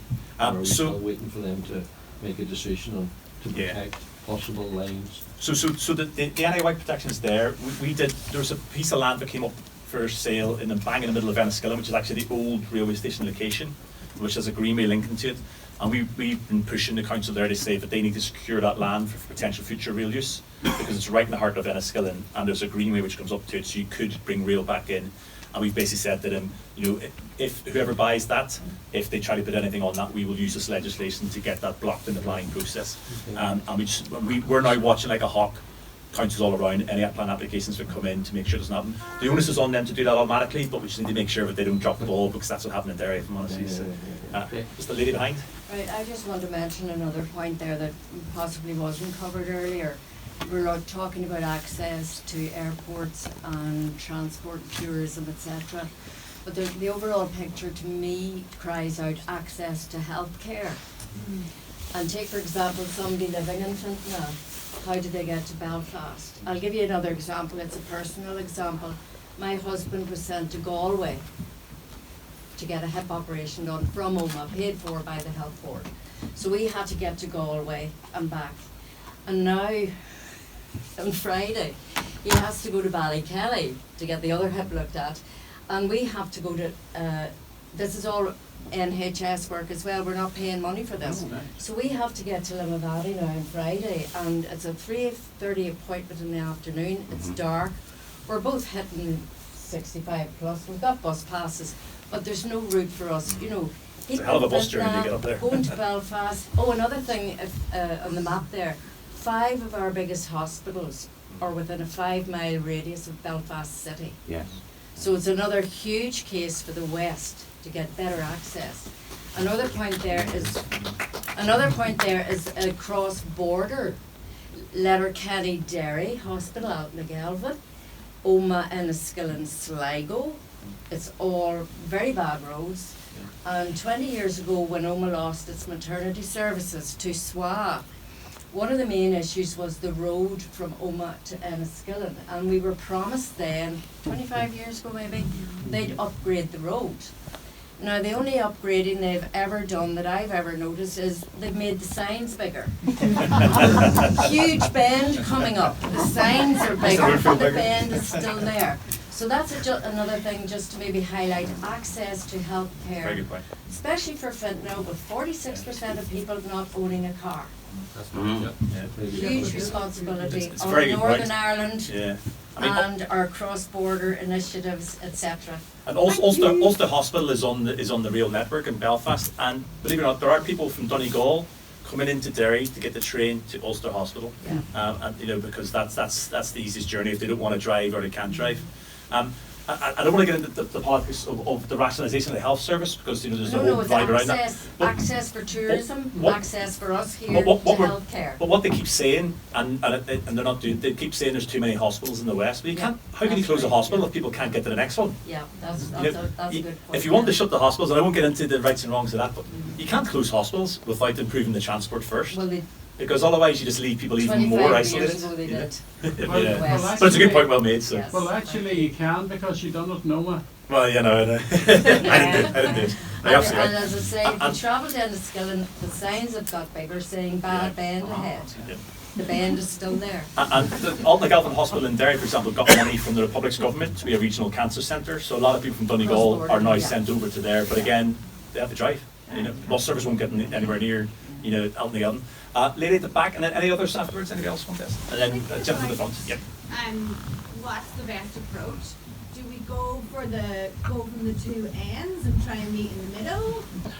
If I could just answer that from our perspective, we've looked at that, and we've considered that again. It couldn't possibly be for political reasons, could it? But we figured out that if we encouraged development from the Tweed Bank end, the Scottish end, encouraged that, but also encouraged that any development started coming north. Because there's two governments involved, it makes it more difficult to cancel it, doesn't it, if you started at both ends?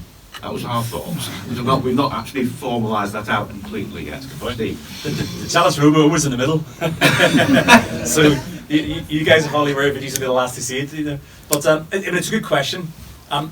There's an important lesson in the A5 road, because if you look at what happened to the A6, which is still only 2/3 dualled, but they've done bits of it, and it started as a project roughly around the same time as the A5 road did.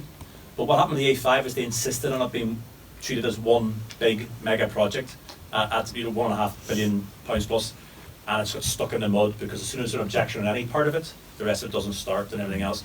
So, and also given the cost and given the way things are here, I suspect realistically it would be done piecemeal. But the problem with that is you need to make sure that one piece then becomes the next, rather than you get a piece and then that's it. And then you're waiting 20 years and then they might get around to the next bit. Because Omagh being in the middle, the danger is you guys will be the last one to happen. I would be hopeful and I would expect that the Letterkenny Derry bit could happen because the Republic has the money and it's not a lot. So that's 20 miles. They could do that. There's a bridge needed, that is expensive, but they could get on and do that bit. And personally, we want to get rail back into Tyrone as soon as we can. Whether you start from Dungannon or start from Portadown through Dungannon up that way, or from Derry to Strabane, ideally both. But I think realistically, it would probably have to be done bit after bit. But if that did happen, it would be us who would have to ensure each piece was followed by the next, and that we just didn't get one delivered, and then that was it. Hopefully that makes sense. Public consultation for the A5 was split into three, A, B, and C, and doing A and B, which is Strabane to Derry, Applecroy to Omagh, and the last bit would be Omagh to Strabane. So they've actually now split it into three separate, like you're suggesting. Which they should, if they'd done that, bits of that road would have been done already if they'd done that 15 years ago, to be quite honest with you. And they could find that snail that stopped it. I think I ran it over in the way in the dark, to be honest with you. John at the back. I think I agree with what Steve has said, that I think it's important if we're doing a campaign to focus. In many ways, if you're trying to get everything done, it means you get nothing done. Whereas if the campaign is an immediate focus, each piece built then pulls in more traffic. We're also, I think, told that there are arguments about being practical. Well, I mean, if you travel from here, for example, to the Portadown turnoff, on the motorway, if you look at the parking rides at the Cravenor Road, Thompson's Bridge, Ballygolly Roundabout and Tamnamore Roundabout, those are always chock full of cars, which says that even though bus is unsatisfactory, large numbers of people that use it. There was also, as I said, the environmental argument was raised. But it's more than just greenhouse gases. You've also got the issue of particle pollution, which comes from tyres, from brakes, and from the friction on the surface. Those particles as well are extremely dangerous to human health. And I think as well, there's a very important issue of safety, that it's more than a quarter of a century since anybody was killed on this island in a train accident. If we look at the constant numbers of deaths on our roads, and I think finally we've got this greenwashing nonsense about electric cars, whereas in fact with your electric cars, they will still produce your particle pollution, but also the mining of all the rare earth minerals is just as damaging, or it's equally damaging as the extraction of fossil fuels. And you still get congestion from electric vehicles. I mean, I drive an electric car myself. I'm an advocate of them, but a lot of people think they are the solution. They're not. It's just what we have currently, just with a different type of fuel, slightly cleaner. But we have the particulate matter issues, and you still have congestion. You're still stuck in traffic, whether it's an electric car or a diesel car. That's the bottom line. And Belfast will still be too full of cars. Any other questions there? Well, the high-speed rail from Derry to Belfast, Derry to put it down. If you're going to do it, you'd rather do it proper. That's why you get a fleet to use the line as well. Encourage people to go and train, because Derry, London, Derry used to have 4 railway stations, 2 on the waterside and 2 on the city side. So if you could get 2 on the waterside again and 1 on the city side, but we'll go to that Kenny. Yeah, we'd be keen to back in the day, because railways were originally set up by separate private companies, they had a mess of stations all over the place. We'd be keen for towns to have a centralised station, so that's the challenge for something like Derry, is how do you get it all at a waterside station. But very, very briefly... Like Adam Brent used to have a railway line until 68, below it. Yeah, but in terms of the high-speed question, I think realistically, so high-speed trains is very, very expensive. You need extremely proper high-speed, as in what you have in TGV in France, the one in Spain, what they're trying to build in what you have in China. What we could certainly have in Ireland is what is actually quite old technology, is trains which do 125 miles an hour. This is quite a small island. It's Derry to Belfast is 70 miles. A 125 mile an hour train would get you there in a heartbeat. The trains we currently have do 90 miles an hour on paper, but pretty much nowhere do they actually do 90 miles an hour, because the track's not good enough, or there's so many stops. So I think we'll have higher speed rail, but I don't think we're going to be getting like the sort of 250 mile stuff, just because it's a small island with not a huge population. So I think the cost of that is astronomical, but absolutely right to say 125 mile an hour, that type of higher speed rail, I done from Derry to Belfast to Derry, 1 hour and 15 minutes in the car. So any place in the room? One in the bypass on Donegal. My money that good wasn't even upgraded. And the Coombe bypass wasn't even done. I'm getting a lift from you next time I need to go. It's all about safety as well. There's a safety aspect. Yeah, absolutely. Anton mentioned. It's safety. Get people like me off the road. Yeah. And especially the A5, which is very dangerous. That's why I'm worried about getting to Limavady and back. Yeah. Dermot at the front here. Dermot. I just say, like myself as a wheelchair user who's disabled, there's many disabled people. The cost of getting their own vehicle is beyond our means. So we're relying on going on buses, which aren't really that great for disabled people. Yeah. For example, like myself, like I'm certainly trying to get on, and I actually priced today what it would cost me to go to Derry and back and go to Belfast and back. To go to Derry and back is about £180 on a taxi. Really? To go to Belfast and back on a taxi would £400, the type of vehicle that I have to get to drive. So it means that we should use disabled people like myself, compared to maybe 4 or 5 years ago, can't travel as far as we used to. Yeah. Disabled people make up 20% of the population. So basically, because we don't have a rail network, particularly here in the West, 20% of the population have to stay at home or stay within locality because we can't afford to travel. Yeah. So having a rail network will make a big difference.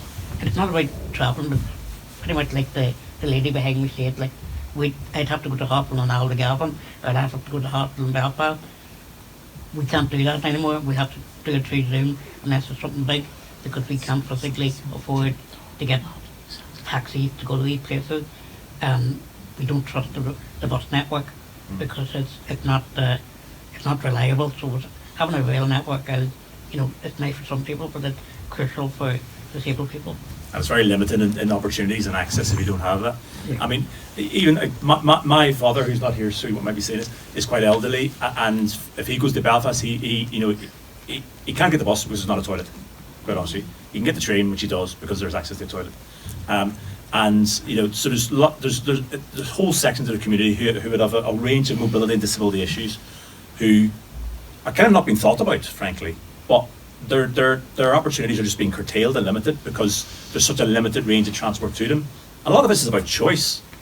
You may still decide, if there's a train station in Omagh, you may still decide if you're able to do so, and if you have a car, to drive to Strabane. But at least if there's a train, you have the choice. And at any point in time, you can make the decision for what's the best mobility option for you at that time. Maybe the traffic's really busy, so you think, no, I'll get the train. Maybe you need to move something heavy, I'll drive, whatever. But that choice is gone. And for people with disability mobility issues, it's even more gone because their opportunities and access is even more curtailed. So it's a very important point. We do try and bring that up as a valid point, but it needs to be said stronger, Dermot. So thank you. Gentleman behind.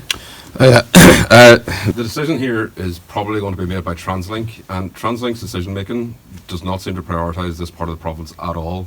You can see it in the new buses that always come out, always go to the eastern side of the province. I did surveys on TransLink buses, and I was sitting in Coleraine, and they had local services every 15 minutes to just around the town. When we have over here is desperate. Like the transport between Enniskillen and Omagh on the bus on Saturdays, I think there's one bus there and then another bus at 6 o'clock. It's like the two major market towns this side of the province.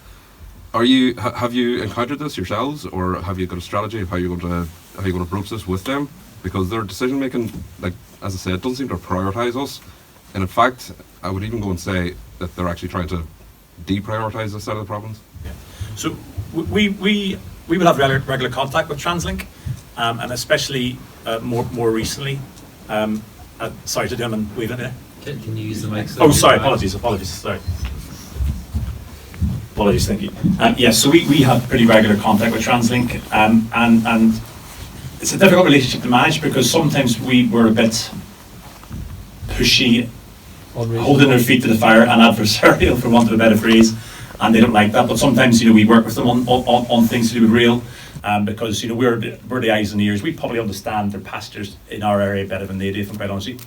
But to be honest with you, the real issue here is the civil servants, because TransLink will spend whatever money you give them on transport, and you can question how they prioritise within that and everything else. But the people who run the rail in TransLink, I've met them and I've looked in the whites of their eyes, and they tell me that they want more and better rail. They're railway people, they want more and better rail, and I do believe them.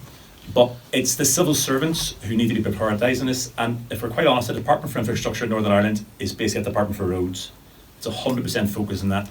I could tell you stories about all the times when we saw in 2004 when Stormont was down, there was no minister around. The civil servants broached the idea of maybe getting rid of the railway, up between Derry and Coleraine. In 2017, when Stormont was down, the last phase of track renewal work between Derry and Coleraine, which has still been delayed from 2011, they kicked it down the road, and then they started saying in the media, well, maybe we don't need to do it at all. This happens anytime there's not a minister there, a cat to keep an eye on the mice, and that's a real problem. And I think we need a cultural change in the Department for Infrastructure, because there's no point having one part of government in Northern Ireland saying there's a climate crisis and we need to promote modal shift, and we need to be sensible about how we build things and where we build it, so we're not baking in car dependency. But then we have this department, the very people in charge of our infrastructure are just acting as if cars are 100% of the future, 100% of the solution. There will probably be a role for cars in Northern Ireland, especially in rural areas, looking forward. But that's all their focus. So I think that's where the battle is. We Transing sometimes tell us that they're trying to fight certain things, and the Barton Infrastructure are the blocks, not themselves. And again, I do think they're sincere, because when you can look at them in the eye and you can get a sense for that. So that's I think where the battle is, and that's where the ministers are, because the ministers run that department, and that's why we need ministers who value public transport. We spend too little on public transport in Northern Ireland. For every pound they spend on public transport in Scotland, we spend 40p. That's per capita. So we really underspend, and then surprise, surprise, our public transport's not very good, so not many people use it. So we really have to change that. We have to get serious about funding and promoting public transport across Northern Ireland, and then ensuring a chunk of that is going into rail. Gentleman at the back. I just think going forward, we should maybe put more emphasis on the carbon cost. As far as I know, rail would be the most economic from carbon point of view. When you look at it, the global warming and the carbon that are headed, surely that would strengthen argument greatly. Yeah, the green argument about public transport is very strong. I mean, rail is the most efficient way of moving large numbers of people, and it does need relatively large numbers of people. If you're running trains with 2 people on them, then it's relatively inefficient. But if you're running trains with dozens, hundreds of people on, hands down, the only thing more efficient is a bicycle, actually, because you're just burning the pasta you had for your lunch. But it is the most efficient form of public transport there is, and it's the safest. As was mentioned earlier, it hasn't been anybody killed in rail in this century in Northern Ireland. And the A5, apparently 20% of all deaths on the road in Northern Ireland are happening on the A5 road, which runs through this town. Keeps telling me that as we're driving down. Yeah, I was scared because I tell them how dubious the A5 is on our way down. But again, we had to drive to this meeting because I also going to get the Omagh to talk about rail. If only there was a rail station, we could have done it that way. But it's a point well made, sir, and especially for younger people. We constantly link the argument for rail and public transport with the argument around the environment, because people don't always make that connection. But rail is you can't improve the environment, you can't have regional balance, you can't have social justice, you can't have all these things without trains. You have to, that has to be part of the solution for all these things. Any other questions or points? Yes. Hello, Steve Hardy. I'm probably one of the least popular people in the room. I'm Ola Baker, local MP. Thought I recognised you. So, just really here to show my support, I suppose, I'm here in a listening brief to hear what people are saying. I was actually taken back by the number of people that contacted me in support of rail quite recently. In particular, when the All-Ireland Strategic Rail Review was happening, I had huge numbers of people contacting me privately, actually on Messenger and other forums, saying that they wanted people to show their support. Could I come up with this? Could I publicise this? Which I have done in the past, and I know our previous ministers have been supportive of returning rail, particularly to the Tyrone area. I think there needs to be probably an all-island approach to this, and it's good to see the two ministers were working together in terms of that strategic review. But I think, particularly in terms of funding, if we're going to go anywhere with this, we need the Irish government to tap into it. We know that there is the shared islands unit at the moment, and I think that's the potential to put money into rail alongside the Westminster government hopefully as well, and if Stormont back up and random move ministers there to lead it from the front. But it's something which we need to see, like we just have to look at the map to show that there's a huge deficit in this area in terms of not only rail but even road infrastructure as well. And I know the A5's been mentioned here a few times tonight. Something which I'm very passionate about is seeing delivery of the A5 upgrade. It's something which is long overdue, and unfortunately we're seeing lives lost on the A5. And I know we're not here to talk about it tonight, but the public inquiry is reconvening. I would ask people to get behind that. But in terms of the return of the rail to Tyrone, I don't want it to go down that road which the A5 has went, where we're seeing continuous objections to it, and unfortunately the majority of the people who are in support of it aren't having their wishes fulfilled in terms of seeing that upgrade. So hopefully with this group up and going now, we can get a bit of momentum behind it. I certainly, as MP for the area, want to throw my support behind it. I know there was a council meeting tonight, and unfortunately the councillors couldn't be here, but they're certainly keen and eager, and I think that has been reflected in responses to the rail review. The fact that this area gave the most number of responses to that review really reflects that there is a demand and need in this area. So whatever I can do in terms of support going forward, I've been more than willing. I have reached out to the ministers in the south and the previous infrastructure ministers in the north in respect of this. So it's just to throw my support behind the campaign. And us politicians are listening. We're here to listen, and I suppose I'll be handing about a wee bit if anybody wants to come up and approach me, or if they think I could be of any more use in terms of pushing this forward as well. Okay, thank you, that's very helpful, and thank you for making the time to come this evening. I know you're busy, and a number of councillors did contact us to say there was a meeting on this evening, which one of those unfortunate clashes. But thank you for the points you raised there. The Shared Island Unit and the Shared Island Fund is actually an interesting one, certainly I think. It's money looking for stuff to spend it on. And the projects that I'm aware of it's spending at the moment are fantastic projects, but I would suggest that they're quite restricted in terms of their geographical benefit. So the Ulster Canal, which is a great project, it's a wasted resource that could be made so much more of, but it's just covers a relatively narrow area. Narrow Water Bridge, again, much needed if you live in that part of Down or Louth, but again, it's a small area. This rail corridor goes through Donegal, Derry, Londonderry, Tyrone, Armagh, and then connects you with the rest of the island. It connects such a large number of towns and cities and a large number of people. I can't think of any other project that they could do with the Shared Island Fund, which would tap into so many towns, counties, and places. So I would suggest that's a prime pot of money. I guess the question is how do we get it on the agenda for that and make that happen? So any advice you would have on that would be obviously gratefully accepted. You're a star. Thank you. Brilliant. Thank you very much. Any other questions or points at all? Can't see what time it is. If there's nothing else, then I guess all I'll leave to say is, well, thank you very much. A fantastic crowd. Really, really credit to Omagh that so many people have come out. Credit again that it was you guys who were at the top of the tree in terms of making a submission. Smallest council area, biggest voice on bringing rail back, across the island, and that I think will be listened to and that will be heard. And it's a block that we can build from. But as I mentioned earlier, nobody else is going to do this for Tyrone. Nobody else is going to do this for Omagh. It takes the people in this room, everybody else around here, to make sure that this happens. Couple of bits get your email addresses together so we can get this happening here locally. Yeah. A couple of bits of homework. If you can make sure we have your contact details so we can keep in touch. Please do consider joining us. As I said, it's £10 for adults, £5 for unwaged senior citizens, students, etc. It gives us strength. These guys have about 1,500 members, something like that, and it means when they speak to elected representatives, they've got some backing behind them. They're not just a small group of self-selected individuals. So membership's important. Do sign a petition online. That's important as well. There's a little see-through box there. Do consider, chucking in a donation. Doesn't matter how small. Anything will help our work. This room has to be paid for. The material has to be paid for.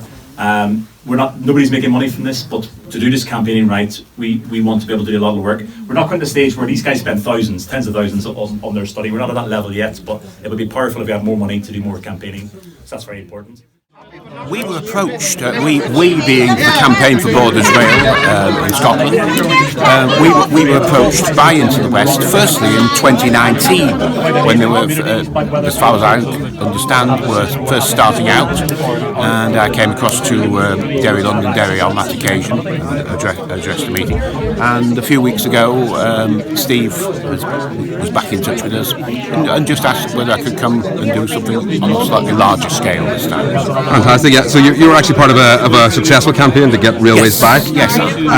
Looking about what you've seen or what you've learned about Omagh and Omagh's relation to the railways recently, how do you feel things are here at the moment? I think the proposal here is considerably more complex than the proposal that we had, that we've already been successful on in our first 33 miles, because of the complexities the circular line, because of the fact that there are, as far as I can see, a number of branches coming off that and blending it in with the existing system. So I think it's more challenging in that respect. But however, that doesn't make it any more less worthwhile. In fact, arguably more worthwhile. One of the similarities, major similarities, is that the campaign for Borders Rail goes for the most part, a very sparsely populated area of Scotland and into the English borders. And the similarities with Northern Ireland and the similarities with County Donegal are, as far as I can see, stark to see. We've been able to reopen stations in areas which are sparsely populated, which are crying out for transport links for the sake of economic development, for the sake of supporting the population. I'm sure it can be done here too. Fantastic. And just in regards to that, like say small villages, say under 1,000 people, you've reopened. One. Well, yeah. So have you seen like demonstrable improvements in those areas, or have you seen more vibrancy in the communities and that sort of thing? I mean, don't necessarily have perspective. The village concerned is a small village. Obviously, it's had a positive effect on it. But generally speaking, just to make the point that each of the stations which are proposed to open here in this proposal into the west. Yep. Each of those stations are all larger than the largest station that we reopened. The largest station that we reopened was Galashiels, which has a population of approximately 10,000. We moved to reopen down to Carlisle, which has a population which I understand is the same as that of Derry. Yeah. Okay. So, and what do you feel about how tonight went? Because there seems to be a very good turnout. I was pleasantly surprised by the turnout here in Omagh. I wasn't quite sure what to expect. Absolutely delighted by the turnout and what appears to be the passion of people here to achieve that objective. And that's what it's about. It's about that passion. It's about people. It's about people being, shall we say, keen on what they're wanting to do. It's about them feeling empowered to be able to speak to power. Yeah, fantastic. And as I said, I've been running this station now for about nearly 2 years, and a lot of it has been about trying to get some interest back into the railways, especially in this part of the world.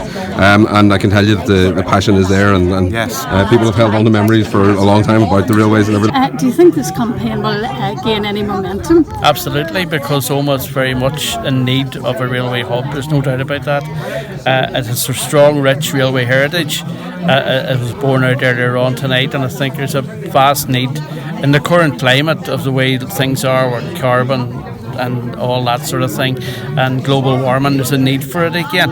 And bear in mind, when you consider where we are and the access to Belfast, access to universities in Derry and Coleraine and things like that, it is a vast need for it, because the network as it is, infrastructure isn't good enough. We were promised the motorway would continue on from Dungannon many years ago. Didn't happen. We were going to be told that all the roads are going to be improved. That hasn't happened. So certainly the climate is right for it now. There's no doubt about that. I just noticed one of the points he made was that stumbling blocks seem to be the civil servants. Do you think there's any way around that? It's politicians have their say, but if the civil servants have the bottom line and they're against it and they're all concentrating on roads, how do we get around that? I think as campaign groups are and certainly pressure groups are, you must focus on them and to release some money, because there's an obvious need for what the people in the West require. You just have to look at the map. So it's a case of putting pressure on in all avenues, on the MPs and the MLAs and everything as well, and just continue that momentum, because with pressure and obviously with the way this area is at the moment and the need for proper infrastructure, there's no better option than the railway. And the gentleman from the Borders proved that it can be done and the money can be got for it. And I think that's a key element to it. But we're always sort of in the West very much the second-class citizen. That was proven when the railway was closed in 1965. It's an ongoing battle that people have had in this area. So now it's a case of moving that on now and saying that we're not going to stand back and be rolled over anymore. There's a vast need for railway, and and a railway hub in the west, and certainly what Into the West is doing is exceptionally good, and I know the people of Omagh come out to support it tonight, which is exceptionally good as well. We want to see that carrying on now. Well, it's great to be here, and it's great to see that there's public meetings happening right throughout Tyrone, Donegal, and further afield as well, to try and get a bit of momentum and a bit of support at the grassroots level in terms of the return to the rail. So there's a great turnout here tonight in Omagh, and I want to thank Into the Rail and the team behind this, setting up the public meetings and getting the support going. I know previously from the Strategic Rail Review that there had been widespread support for the return of rail to Tyrone, particularly to here, Omagh and the county town. It's not surprising that this council area submitted the biggest number of responses in terms of support for the return of the rail. Now we just need to see it action, so I suppose in my capacity as MP for the area, I'll be lobbying heavy to try and see the return of the rail in the not so distant future, and it's good to see that there's support here tonight, and we need to keep building that momentum going forward as well. Fantastic. And you mentioned that the biggest, by far, the biggest per capita response to the All Ireland Rail Review was from this constituency. Was that surprising you, or was that something that you'd heard about just in your doorstepping and in your campaigning, that people are actually looking to get this back now? Well, people have been very vocal in the past in terms of their support for the return of rail, so for me it probably wasn't that surprising that this area actually submitted the majority of responses per council area.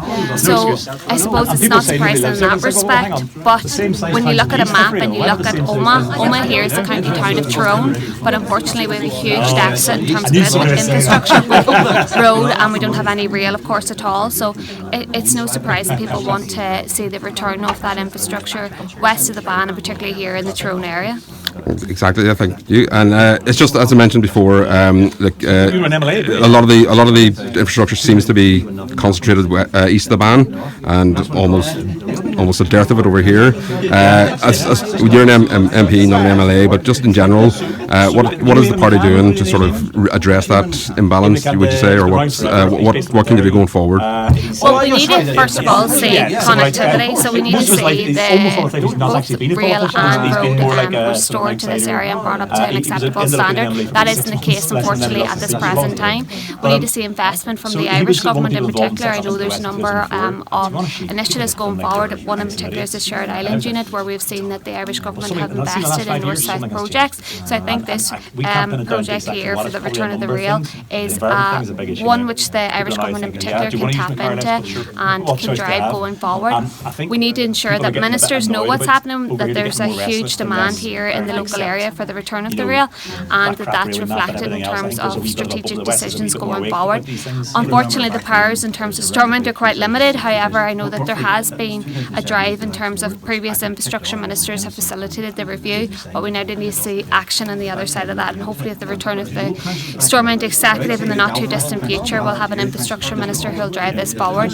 But I suppose from my behalf and as local MP for the area, I will most definitely be lobbying hard in terms of who that infrastructure minister may be, in terms of trying to see the return of rail to the Tyrone area, and in particular here in Omagh and indeed Strabane. Stephen Bradley, so you're part of the Into the West railway campaign to get more railways into this part of the province. So how's the campaign going so far? So it's been tremendous. We did a media launch last week. Fantastic level of coverage right across Northern Ireland and in Donegal in the media. Some of the Belfast papers were telling us they had tens of thousands of people reading the story, and they were surprised. People in Belfast and in the Dublin media, I think they don't understand quite how big this issue is in the West. This week we started doing our road shows. We were in Derry on Monday, full house for that. We were in Letterkenny last night, great turnout.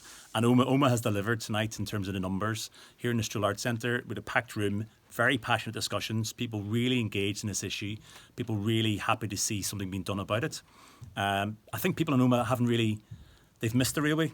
There's a legacy feeling here that something was lost when rail was taken away from this town, and it's great to see that is still there and it can still be rekindled. So hopefully we've imbued some additional passion into people about all of that, and hopefully they'll get behind the campaign to reopen the North West Rail Corridor. Fantastic. Yeah. So you did mention you're in Omagh this evening, and there has been a lot of, as I said, touchstone of memories about the railway, even people who weren't born when it was going. yourself, like, do you tend to use railways in other countries, or is it just something you think, gosh, it would be much better if we could just get this going because it would be better for the environment? Or are you do you use railway yourself in other places? Oh, definitely. I mean, I've used rail in Northern Ireland. I've only just recently moved back to Northern Ireland from England. I ended up spending most of my life. I'm from Derry, but went to university in England. I'm one of those people who, I didn't come back until very recently, and it's just natural to use rail in England. If you want to go somewhere, you hop on a train because it's there. It'll get you to wherever you need to go. And what you find, it very often is people from this area who go away and come back and they're like, why is it like this? It wasn't like that anywhere else. And that makes you realise what we're asking for rail to return to Tyrone is not unreasonable. What is unreasonable is the fact that we don't have it, and what's unreasonable is that there's no plan to return it. So people need to bear that in mind. It's not a mad thing to ask for. We have to believe it can happen, and if enough people get behind it, it will happen.